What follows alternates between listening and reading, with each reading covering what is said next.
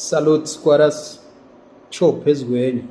We are back with another one. Let's continue sharing knowledge. Let's continue sharing information because I believe it is important for us as Africans to keep on engaging whatever information that we have. Let's share. It's just good enough for us to share information because I believe there are people who don't really have much time to research these things and be able to connect the dots and make sense of everything that has happened in our history and to our struggle icons. Now, I want to give a short episode about the life of the late, may his soul rest in peace, Samora Machel. Samora Machel was a president of Mozambique, and he was a revolutionary. Those were the people who actually could have liberated black people, to be specific. Those were the spheres of the nation. When we talk about people who were not scared, we talk about that gentleman.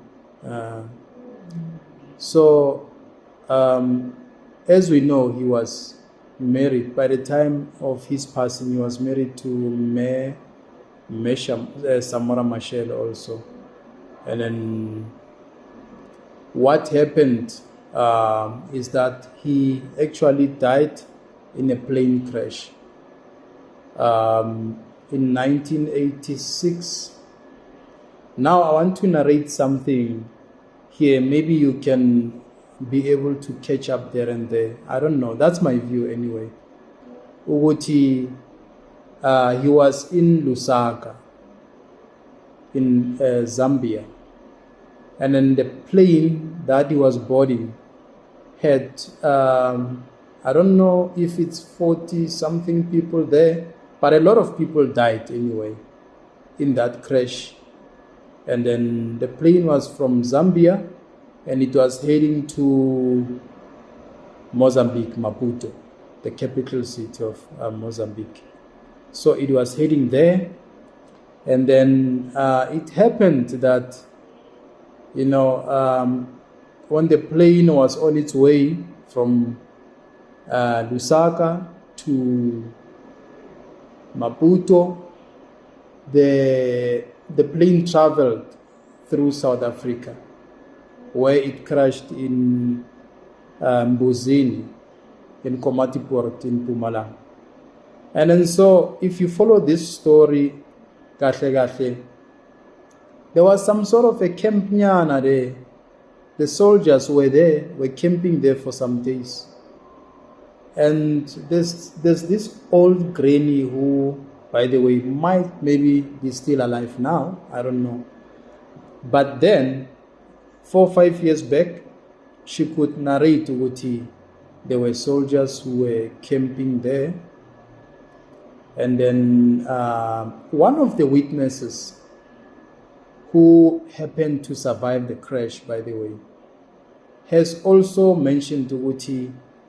There was a loud bang before the crash, and the plane actually didn't land, it descended. It means it crashed, not landing. So time went on after this whole thing that has happened, and there were conspiracy theories which this might have been, a setup by his own comrades and all of that. And then later on they had a TRC, Lanem Zanzi, because there was some sort of suspicion which South Africa might be involved in his death. So there was this thing called TRC, Truth and Reconciliation Commission, where they properly, according to them, they properly investigated what happened and all of that. And then they came to a conclusion that there were no foul play. There was no foul play. And I don't know about the pilot in Konara. But if you listen to the story, you follow the story, you know, politics will always be politics. Politics, there's too many secrets. And I'm a comrade, but for name fish, you know, because even if you can check who F.W. de Klerk died with secrets, may his soul rest in peace. Aga confessang and he didn't confess anything. That time I began to information a buyer. At the same time, so many confessions that he was supposed to make. And we are building a rainbow nation, and all of that. Let's unite. And those people were supposed to confess because there's still so many questions, but there are no answers. It's for our information so that our kids and grandkids can at least have some sort of clue before they were born or when they were still young, they couldn't understand what's going on. It's so sad because all the time. You'll never find the truth all the time. But you'll always question yourself, like Abantaban Jingabu, comrade Krizan.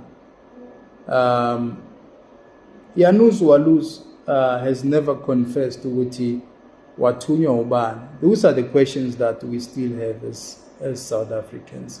If we really follow our history, if we really want to know, if we are really concerned to Wuti, actually, you know, and then it's important for some of us. Maybe others, it's not important. No, life goes on and all of that. We are comfortable, apartheid, I say.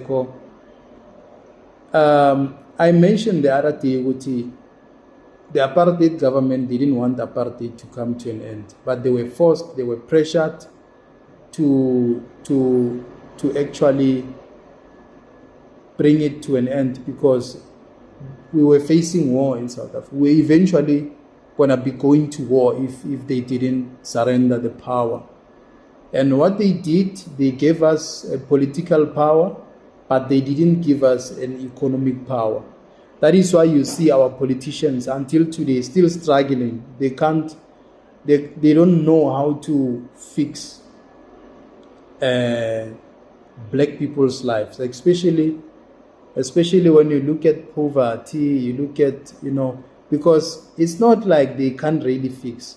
They are too busy with their own businesses. They are too busy with corruption. They are too busy fighting for tenders and all of that. I watched the episode out Penwell interviewing Usizwe Mpofu Walsh. By the way, I'm a hot man wam lao, I'm a cheetah wam, but you need secret. Now, here's what I want to raise on that. Usizwe said the plan the ANC government is not to build universities and institutions, classes of Keleza Corner, and get more knowledge and all of that.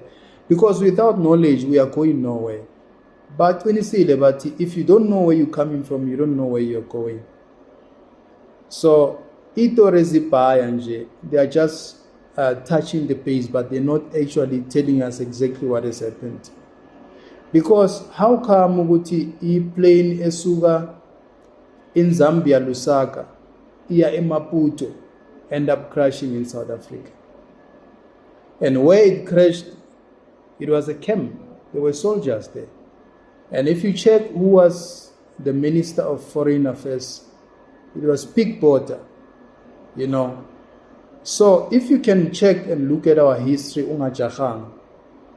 all our struggle icons were either assassinated or, you know, they died in a mystery way where you don't understand and you will never understand. And mostly as a teen, we happen to ask ourselves those questions. kahle if bayakwazi ukushaya ngento eyenzakele, how about into esazoyenzakala? They're still gonna lie to you. They're still gonna tell you the lies. Like now, when politicians are saying, vote for us, we're gonna change this, they've got nothing for us. And I'm very worried ukuthi black people will still continue to suffer, will still continue to be poor, as long as the voting system is still the same. It's Albert Einstein's theory ukuthi stupidity is when we repeat the same thing expecting different results. It's only them who are going to circulate around chairs, having ministerial positions, presidency, what, and nothing.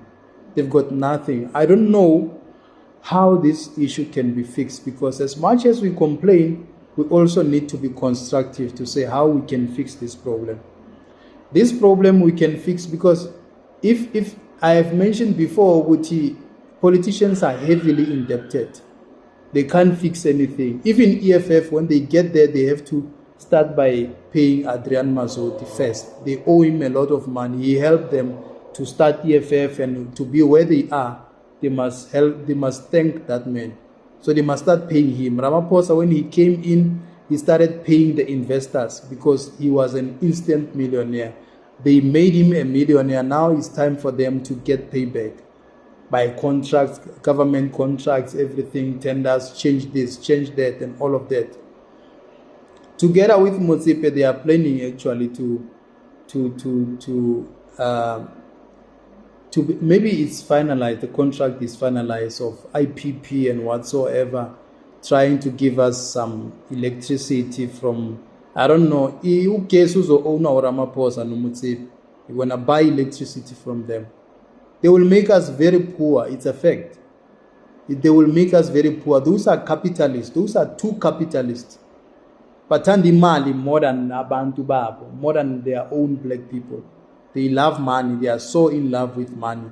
And they are the chosen ones by the white monopoly capitalists. They are the chosen ones. We trust you. We choose you. We're going to use you. We're going to front with you as a billionaire.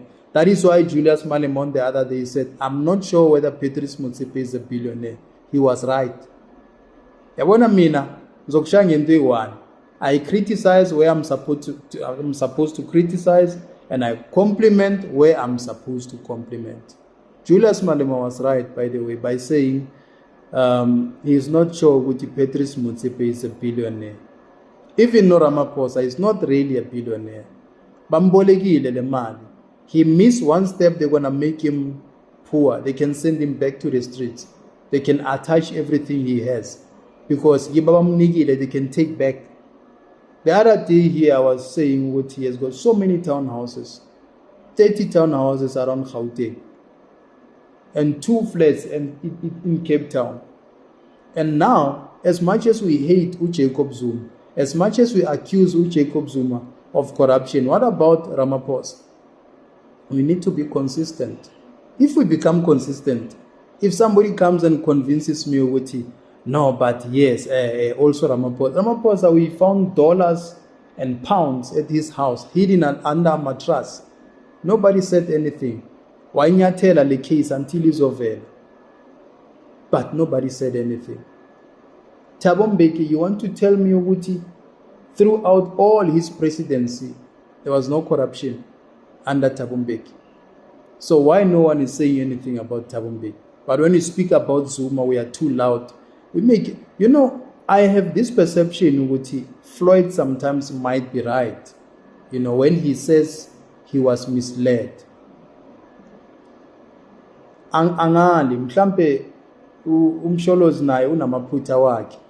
But as much as they say he stole something, what exactly did he steal?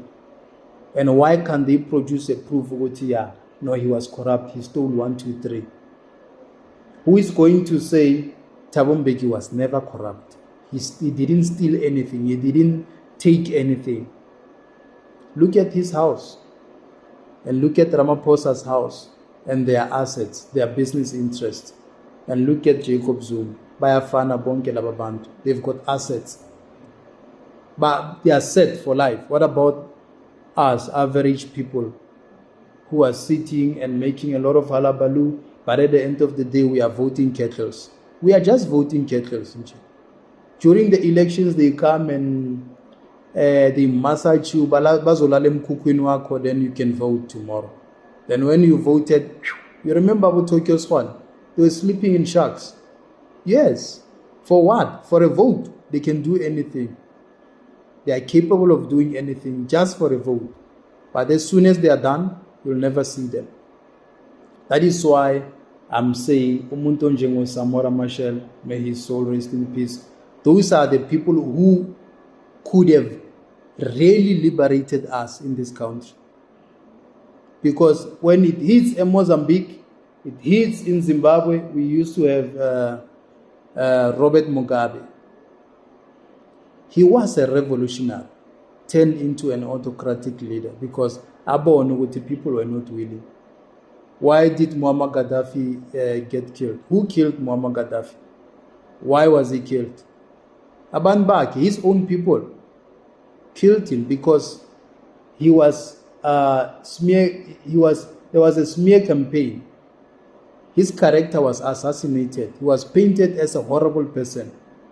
Anyone who's fighting for unity in Africa gets eliminated. These are the circumstances.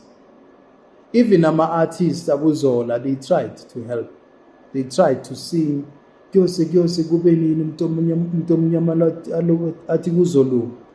Yabo kunjani labafethu hayi kuzolunga asikhandi ibhamu kodwa iphathwa yithi asiphiki cocaine kodwa idliwa yithi.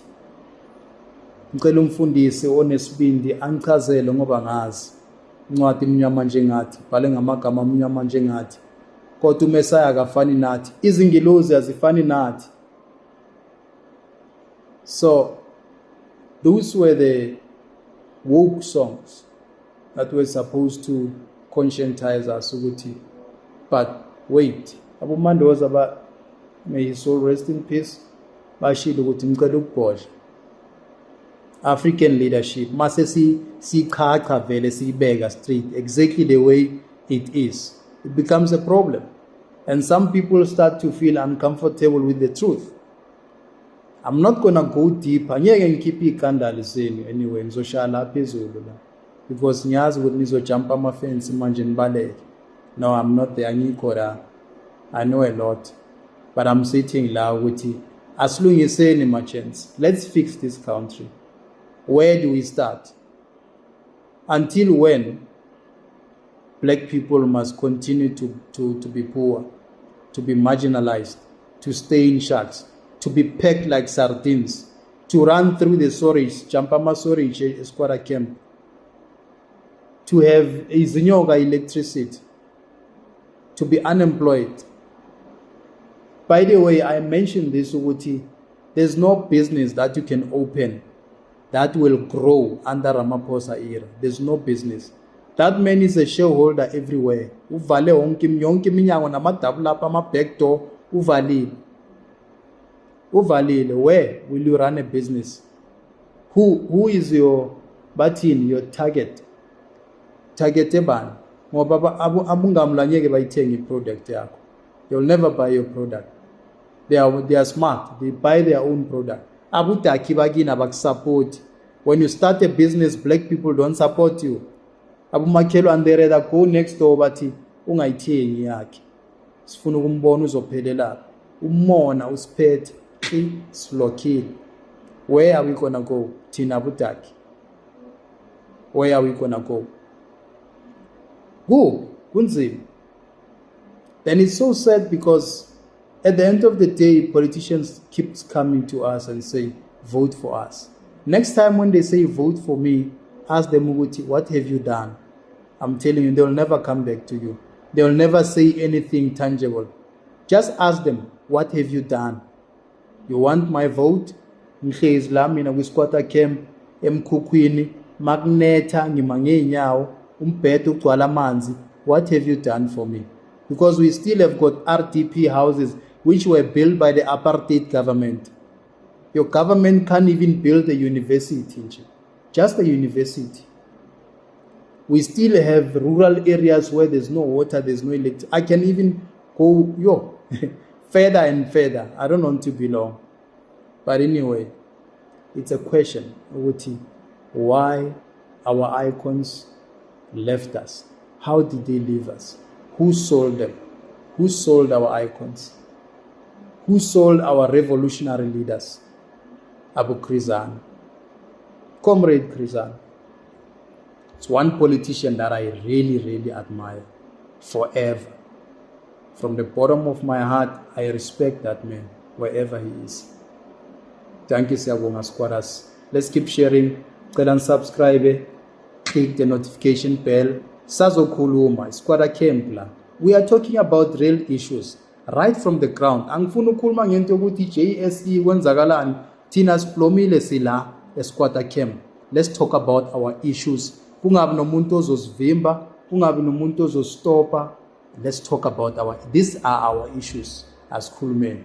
Thank you, South Africa.